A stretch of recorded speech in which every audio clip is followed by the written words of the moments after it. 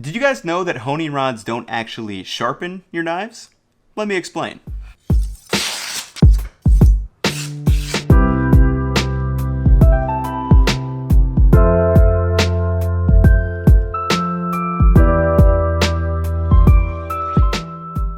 So I wanted to make a quick video on what honing rods do and how to hone your knives correctly, because they don't actually sharpen your knife. So sharpening a knife is the act of actually removing metal from your knife's edge, and this is usually done with things like a whetstone.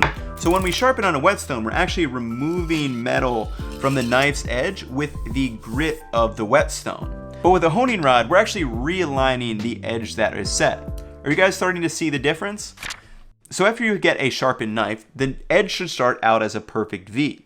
But then as we start to use it, that edge is naturally going to roll over on itself, might become indented a little bit, and it'll get these microscopic little jagged edges, and it's not going to be that perfect V that we started with. So when this happens, our edge is usually still sharp and it can cut things fine, but it's not as sharp as it could be.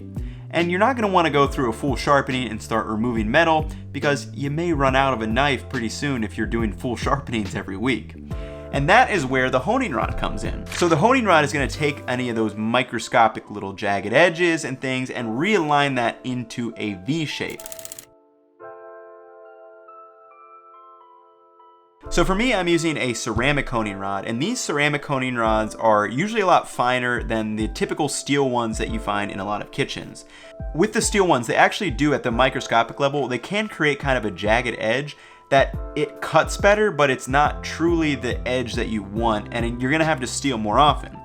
The good thing about the ceramic honing rods is, do you remember how I said that we're not actually removing any metal, which is sharpening?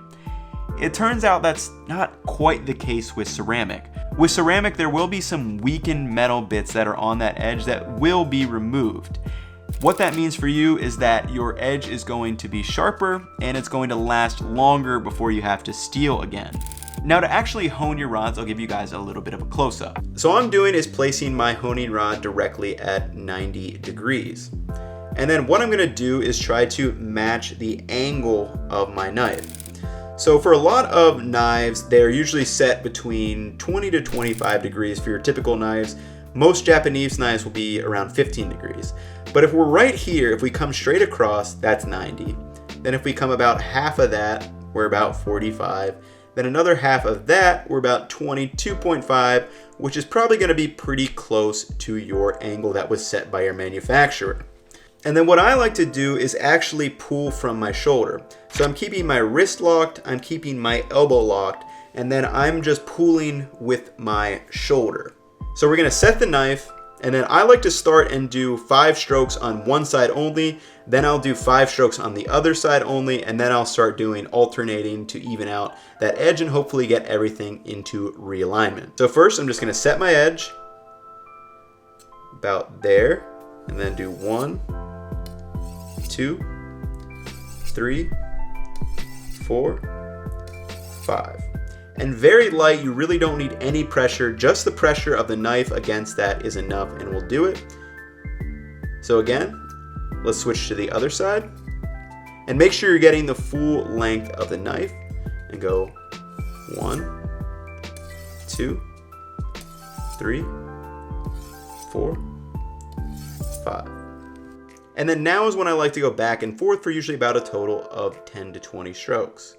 1, 2, 3, 4, 5, 6, 7, 8, 9, 10, 11, 12, 13, 14, 15, 16, 17, 18, 19, 20.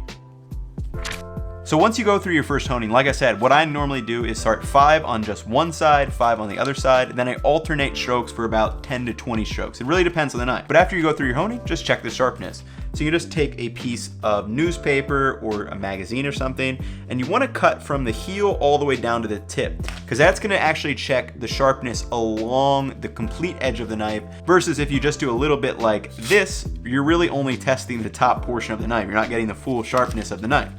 So we just take our paper and just run from the heel all the way down to the edge. And if it cuts through like that, you're usually in pretty good shape.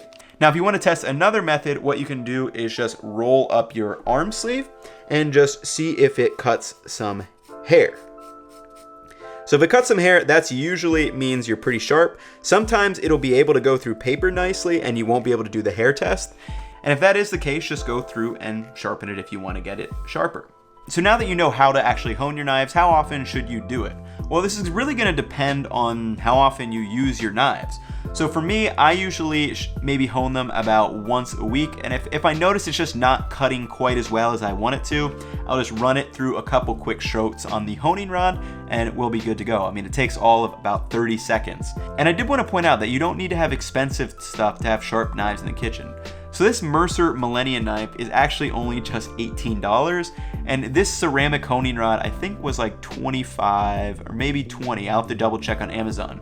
But these both work really well, and you will see this guy in the whetstone video that I'm working on, and I think I'm actually just gonna give it away. So if you guys wanna subscribe and find out how to get this as part of a giveaway when I do that video, be sure to do so.